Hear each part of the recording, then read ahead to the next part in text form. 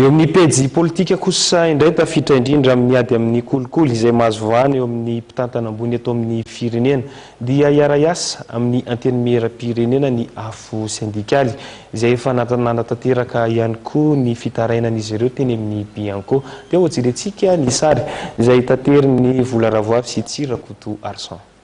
Iara-iasa amin'ny antenimieram-pirenena ny afo sindikaly amin'ny ady amin'ny kolikoly izay mahazo vahany eo amin'ny mpitantana ambony eto amin'ny firenena toy ny fitarainana napetraky ny afo sindikaly teo anivon'ny Bran Maliotena iadiny amin'ny kolikoly na ny Bianco tonga teny amin'ny antenimieram-pirenena izy ireo androany. Poenjana le ady amin'ny kolikoly zay natonga ny antso ny antenimieram-pirenena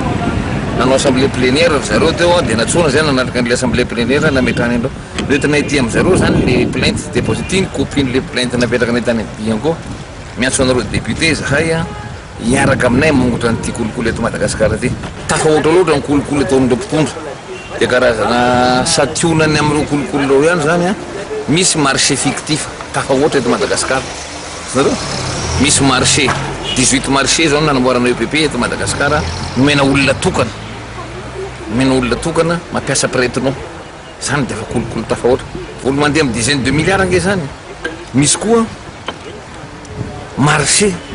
nomena fotsiny zao entrepreneur anankiray marché amina 32 milliards tsy atao akory le asa marché fictif tsy atao akory le asa nataony inspection générale d'État efa tratrana inspection générale d'État io dia tratra fa tsy natao le asa dia efa mivoaka le hoe 121 PRM. Tsy anisany nandray anjara tamin'ny dinika ny rahan'ny syndicat sy ny olona ny afo sindikaly hatreto dia mijanona amin'ny antenimieram-pirenena aloha ny fiara-miasan'ny afo sindikaly momba ny ady amin'ny kolikoly.